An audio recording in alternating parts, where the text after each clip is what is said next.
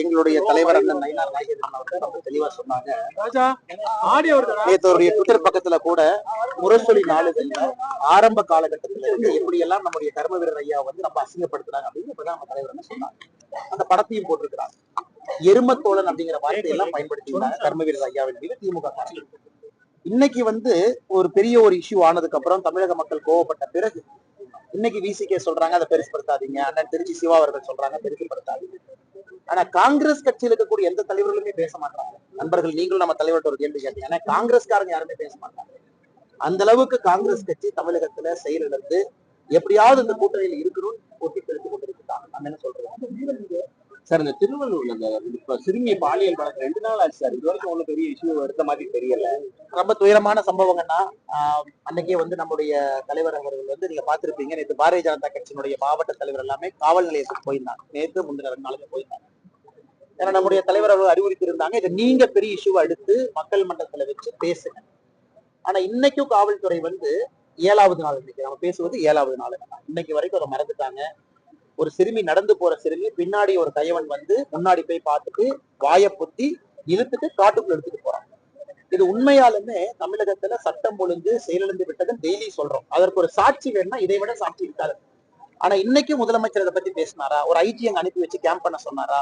இல்ல அந்த குழந்தைய மீட்டு கொண்டு வந்து அந்த கைவனை பிடிச்சாங்களா? இன்னைக்கும் இல்லை. இல்ல சாரி தான் சொல்லுவாரா? வழக்கம் போல நம்ம தலைவர் சொல்வது போல இதெல்லாம் எல்லாம் நடந்து முடிந்த பிறகு சாரின்னு ஒரு வார்த்தையை சொல்லிட்டு மறுபடியும் போயிடுவாங்களா?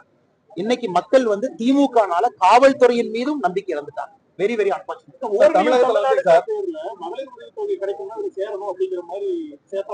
ஆனா இன்னைக்கு அவங்க பண்றது எல்லாமே நாம வந்து கடந்த ஒரு 5 நாட்களாக பார்த்து கொண்டிருக்கிறோம். எல்லா இடத்துல போர்ஸ் பண்ணி என்ன சொல்றாங்கன்னா, இதில் நீங்க சேர்ந்தா மட்டும்தான் உங்களுக்கு நாங்கள் கொடுக்கக்கூடிய 1000 ரூபாய் பணம் வந்து சேரும். இது ஒரு இடத்துல கம்பல்சிவா சேர்க்கிறாங்க. 2.5 கோடி பேரை சேர்த்துறங்கிறதுக்காக எல்லா இடத்துலயும் போர்ஸ் பண்ணி சேர்க்கிறாங்க. 1. 2வது, திமுக காரங்க என்ன சொல்றாங்கன்னா, பல இடத்துல தேர்தலுக்கு பணப்பட்டுவாடாவும் கூட இப்படித்தான் நாங்க பண்ணுவோம். இப்ப நீங்க சேர்ந்தாதான் திமுக உறுப்பினராக சேர்ந்தாதான் பணப்பட்டுவாடா நடக்கும். இதையெல்லாம் நாம் பார்த்து கொண்டிருக்கின்றோம். வெட்க கேடுங்கன்னா 2.5 கோடி பேருக்கு இப்படி அங்க சேர்த்துருவாங்க. 4 வருடம் ஆன பிறகு 5வது வருஷத்துல ஒரு கட்சி 5 முறை ஆட்சியிலிருந்து 6வது முறை இருக்கக்கூடிய கட்சி கூவி கூவி மாம்பழம் விற்பதை போல கூவி கூவி மக்களை சேர்த்து கொண்டிருக்கிறார்கள். இதுலயே தெரியுது நிச்சயமாக அவங்க தோக்க போறாங்க. தேசிய ஜனநாயக கூட்டணி தான்